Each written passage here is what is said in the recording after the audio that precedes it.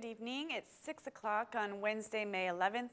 Welcome and thank you for joining us tonight for the English edition of Aura News, where we bring you today's top stories translated into English every weeknight. The U.S. and the EU ambassadors held a meeting with the Democratic Party parliamentary group, which lasted for about 2.5 hours. The ambassadors conveyed that the reform adoption is in fact important for Albania and for its relations with both the EU and the USA. Contrary to the ambassadors, for whom the time factor is of utmost importance, the DP chairman frames the product that will emerge from the justice reform as more important. And he doesn't give a time frame for when the reform can be adopted. During the discussion with the Democrat MPs, the EU ambassador reiterated that the judicial reform should be adopted by the end of June. She noted that otherwise the integration process risks being blocked for at least 3 years, as the EU agenda is full due to elections in some of the countries of the Union. The EU ambassador also declared that without the adoption of the reforms, international support for Albania cannot continue. The Democrat MP, Jens Polo, criticized the internationals, declaring that they can also make mistakes, using the rejection of the first 2 drafts by the Venice Commission to prove his point. He asked that the ambassadors be careful with their statements, as according to him, their statements have been politically manipulated by the majority. Meanwhile, the Democrat MP, Edward Selami, praised the historic commitment and cooperation of the USA and the EU. He emphasized that the majority should not use the judicial reform to push a political agenda. Both ambassadors told the Democrat MPs that the National Bureau of Investigation should make judges and also corrupt ministers and former ministers nervous. It is learned that the U.S. ambassador commented on the discussion over their presence in the parliamentary groups, saying, "I have heard that you have discussed our presence in these meetings. We will not exceed our role here. My attendance is to express the importance of the justice reform, not to give orders. We are prepared to be constructive, but we also want any opponents to be constructive. The reform should be adopted. The question is, how will we do this? Through the cooperation of all parties, OPTAT has prepared a draft that follows the Venice Commission recommendations," said Ambassador Liu. At the end of the meeting, the ambassadors appealed for cooperation between the parties for the adoption of the reform as soon as possible. The Democrat MP Topali left the meeting with the ambassadors early, while the former Prime Minister Sali Berisha and the DP MP Ruli were both noted as being absent. The former Prime Minister considered his absence to be quite normal, considering the many meetings he has already had with the ambassadors. MP Ruli claims that his political parties have the opportunities to reach an agreement over the justice reform. The meeting of the Adhoc Commission on Justice Reform has been postponed as the Democrat members who held a meeting with the EU and US ambassadors today did not show up. The meeting was scheduled for 11 a.m. and the Socialist members and foreign experts waited for about 2 hours for the Democrat members before postponing. Today's Ad Hoc Commission meeting was to discuss the highly debated issue regarding the Constitutional Court, specifically the Venice Commission recommendation that the Constitutional Court members be elected with a 3/5 vote of Parliament members. Continuing that, in cases when the Parliament fails to ensure the qualified majority of 3/5 within 30 days from presenting the list of candidates, then the candidate who has received most of the votes will be appointed. In respect of the Venice Commission recommendations, the Democratic Party has requested to negotiate with the majority over the formula for electing members to the Constitutional Court. The European Union considers the judicial reform to be very important for the business climate in Albania, as they feel it will decrease the level of corruption.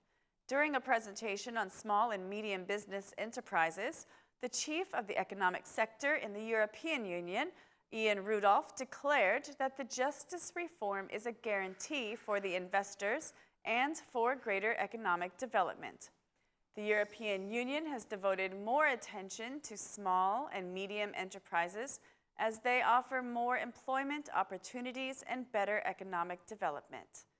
In Albania, small and medium businesses face a number of challenges, such as lack of finding financing, competitiveness, and lack of regularity institutions. Albania is primed for the adoption of the judicial reform, which should bring more investment securities.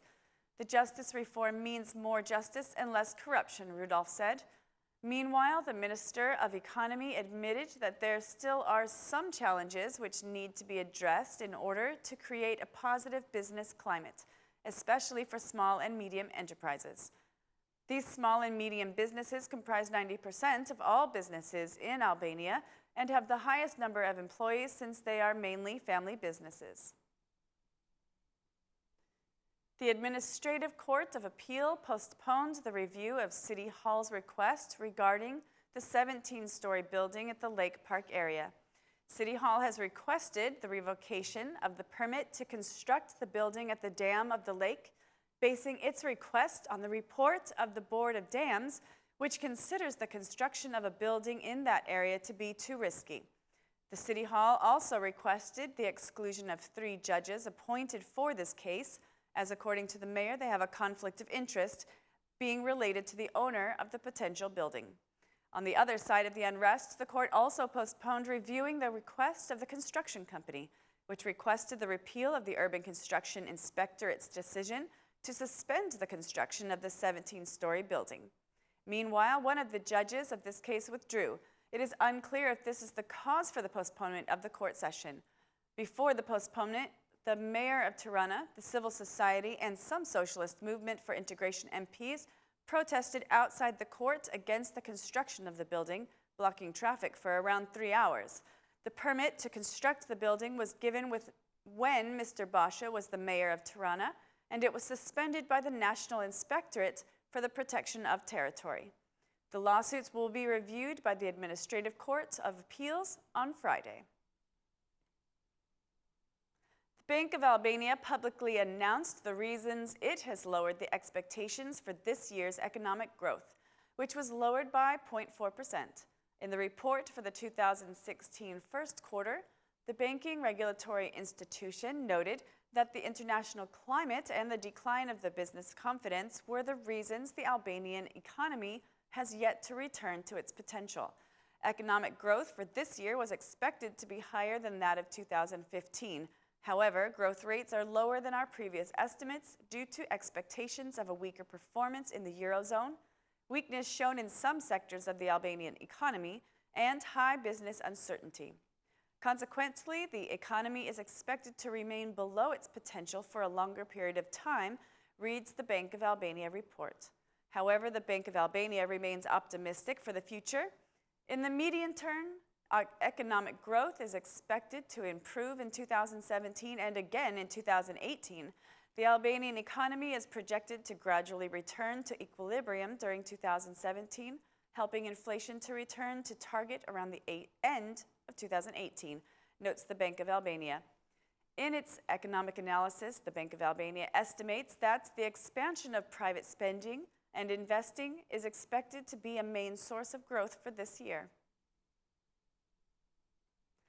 As the tourist season arrives, tourist operators have concerns regarding polluted beaches and an infrastructure in ruins.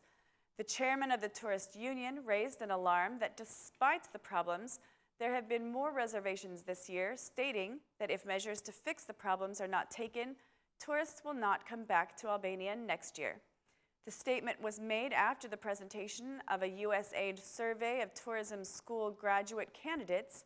The USAID expert declared that the government should create more opportunities for the youth to connect with tourist operators who complain about unqualified staff.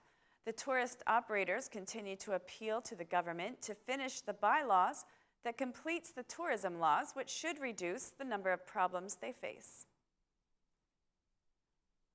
That's all for our English edition this evening. Please join us again Monday through Saturday at 6 p.m. for your local news in English. My name is Mari, and on behalf of Ora News, thank you and good night.